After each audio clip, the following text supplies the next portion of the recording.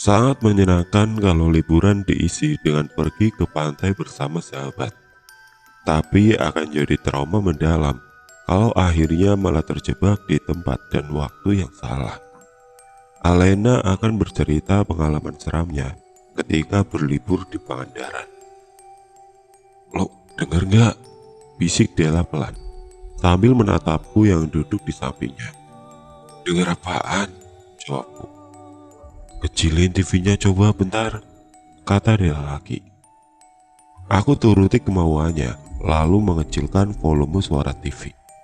Kemudian hening, karena villa sebesar ini hanya berisi kami berdua.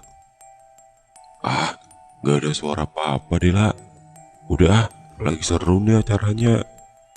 Begitu aku bilang ketika sudah mengecilkan volume TV, tapi tetap gak mendengar suara apa-apa. "Tadi ada suara, gue dengar, sekarang hilang," jawab Della. Sudah jam 11 malam, Devin dan Bayu belum juga kembali. Tadi jam 9 sebelum pergi, mereka bilang mau keluar sebentar cari minuman. Wajah Della masih terlihat penasaran. Sepertinya dia yakin kalau tadi sempat mendengar suara dari lantai 2. Tapi belum jelas itu suara apa. Aku coba untuk berpura-pura mengabaikan sikapnya itu. Sampai akhirnya dia ikut larut juga menyaksikan acara TV yang aku tonton. Ada apa di lantai 2? Apa yang Della dengar? Aku, Alena, Della, Devin, dan Bayu adalah sahabat dekatku. Kami sudah berteman sejak kecil karena kebetulan tinggal dalam satu komplek perumahan di Jakarta. Bukan kebetulan juga kalau kami jadi lebih akrab dibanding dengan teman-teman yang lain di perumahan tempat tinggal. Banyak persamaan yang kami miliki. Salah satunya adalah senang jalan-jalan, berpetualang ke tempat baru. Sudah banyak pengalaman yang kami lalui bersama, hingga sampai-sampai duduk di bangku kuliah saat ini. Dari banyaknya pengalaman yang kami miliki, ada pengalaman seram yang masih membekas di dalam ingatan sampai saat ini. Yaitu pengalaman seram ketika menginap di satu villa di Pangandaran, Jawa Barat. Pertengahan tahun 2016, bertepatan dengan masa libur perkuliahan, Devin punya ide untuk menghabiskan beberapa hari di daerah pantai. Setelah ide dilempar dan berembuk, kami sepakat untuk menjadikan Pangandaran sebagai tujuannya. Pangandaran terkenal sebagai tempat wisata di ujung timur bagian selatan Jawa Barat. Gak perlu diragukan lagi keindahannya. Pantai landai tanpa karang, pasir putihnya membentang. Sungguh tempat yang sempurna untuk melepas penat, melarikan diri dari pengapnya udara metropolitan. Nah, gua udah browsing-browsing nih. Ada villa besar dan asri, gak mahal juga. Gak di pinggir pantai banget sih, harus jalan kaki sebentar kalau mau ke pantai. Tapi depannya sungai besar, bolak-balik ada perahu suka lewat. Begitu Devin bilang, panjang lebar dia menjelaskan. Gak butuh diskusi panjang dan lama. Akhirnya kami sepakat memutuskan untuk berlibur di Pangandaran selama beberapa hari. Akan menginap di villa pilihan Devin. Di satu Rabu pagi kami berangkat dari Jakarta. Pagi cerah dan indah.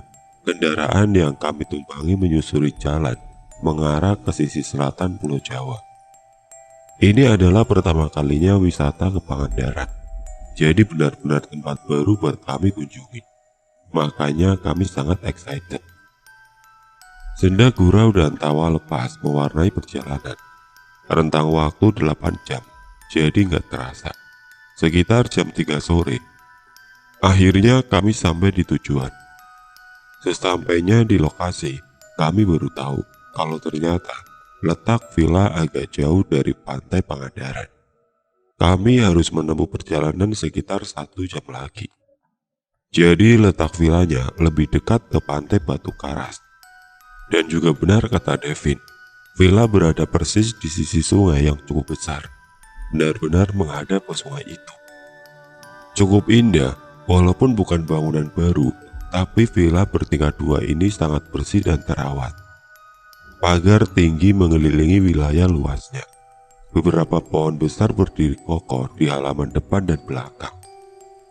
Kanan kiri villa hanya ada tanah kosong yang dipenuhi oleh pepohonan liar, jauh dari bangunan lain. Bapak penjaga villa mendampingi kami berkeliling sambil menjelaskan semuanya. Pak Ilham namanya. Pak Ilham ini nggak tinggal di villa, tapi tinggal di rumahnya yang nggak jauh dari lokasi villa.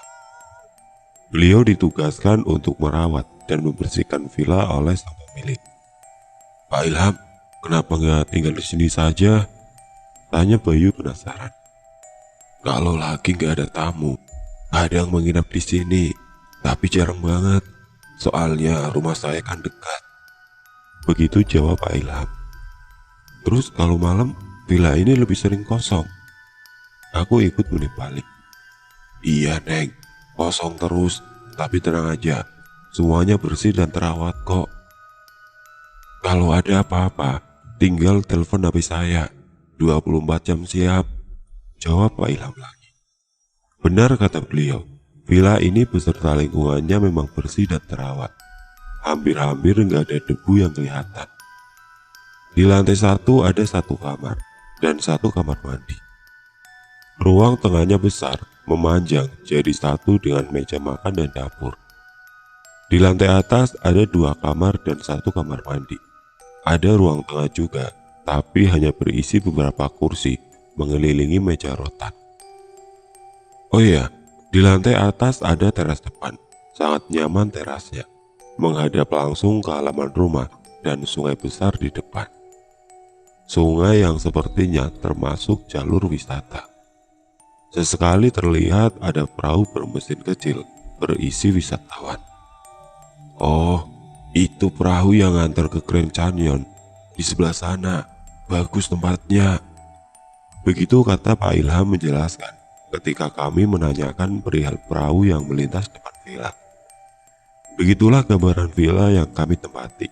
Rencananya kami akan menginap sampai hari Minggu. Itu rencananya. Aliran sungai yang tenang dengan latar langit biru berbintang tanpa awan. Kami menikmati betul suasana malam pertama di teras. Perbincangan seru sesekali diselingi gelak tawa, memecah keheningan malam di tempat yang agak terpencil ini. Nyanyian merdu suara Dela yang memang seorang penyanyi, serta diiringi permainan gitar Bayu, jadi latar menambah ceria suasana.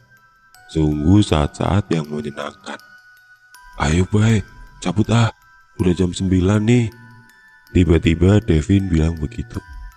Mau pada kemana sih? Tanyaku. Pilih minuman di depan sebentar, kata Bayu menimpali. Jangan lama-lama ya lo pada. Gak mau gue sama Alena sendirian di sini. Sepinya gila. Dela ikutan sedikit ngomel. Iya, bentar aja kok, manja banget, sungut Devin. Singkatnya, mereka berdua akhirnya benar-benar pergi, meninggalkan aku dan Dela sendirian di teras atas. Malam itu sama sekali gak ada perahu yang melintas di sungai. Gak seperti sore hari tadi, sama sekali sepi dan tentu saja gelap.